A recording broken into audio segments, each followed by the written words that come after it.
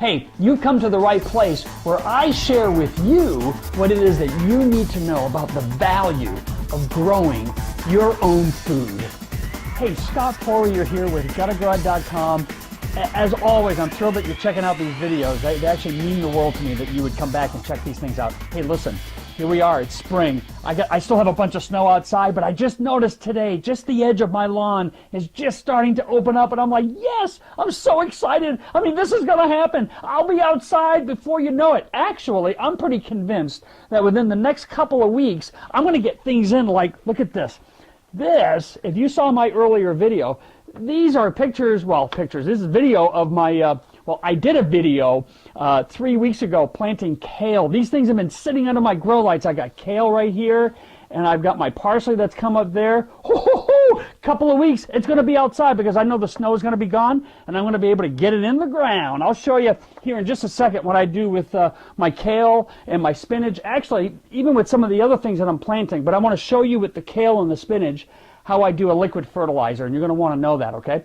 So what I want to show you is, let me just pull out my phone here and get the video. What I want to show you is, I'm pulling this up. Hang in there with me. I'm almost there. Video. Look at this, okay? There's lettuce, onions. Look at this, beets, my watercress. I got radishes. I mean, I got it all. I got all kinds of goodies here. I got everything labeled. By the way, speaking about labels, I want you to see this right here. You see what that is right there? Those are those little taster spoons. The little taster spoons that you get, when you're at the mall and you want to try different things, ice cream and whatever. I found these in a yard sale, like hundreds and hundreds of them, and I bought them for like pennies, okay? I just write my little, right on here, just write those little labels. Use them for labels, and I paid nothing for these things, really. So anyway, so I wanted you to see some of the stuff that I'm doing here. Now look at this. I want you to see. These are the seeds that I've planted today. These are really cool seeds. Cilantro, red radish, white radish, my lettuce, watercress, spinach, yellow onions, Brussels sprouts, and beets. Look at that. Look at that. Okay, so I've got all these things already in the planter, ready to go. I'm going to let them sit out. Here we are. It's March 24th. These particular seeds, all the stuff that I just showed you, probably in about 3 weeks, I'll be ready to get most of that into my garden. 3-4 weeks maximum, I'll have them in my garden. So this is going to give me a great little head start, okay? Just as a reminder to you, I'm using a good seedling mix. It's basically, this is peat moss and perlite and a little mixture with some limestone in there as well. So that's a really good mixture to have. And there you have it. Now what I want to show you is, and I'm going to go ahead and link this with the video, okay? I'll show you a link on this. In fact, you can go to I have an Amazon store on my website, and if you're interested in this, this is a little expensive. Well, it seems like it's expensive on the surface. This one was like $17, almost $18. But I'm telling you, I just did a mixture of this liquid fertilizer in this 20-ounce bottle of water, okay? And this was a quarter of a teaspoon.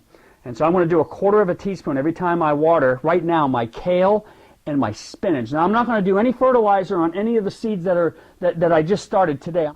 So what I'm going to do is I'm going to wait about 2 weeks after the seeds germinate so that they get some structure with the root system, and then we'll start fertilizing. But I wanted you to be able to see this, and let me just come over here with this. So I wanted you to see, this is my kale, and that's my spinach. And all I do is take this liquid fertilizer. It's just a quarter of a teaspoon.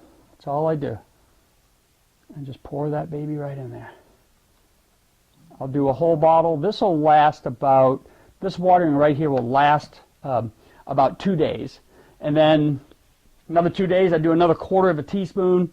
It's pretty economical way of fertilizing your stuff. You're going to get these plants really strong and ready to go into the garden, okay? So there you have it. Oh, I needed you to see this. So let me come back over here. These right here are my beets. Look at what I'm doing. I got them in a bowl of water.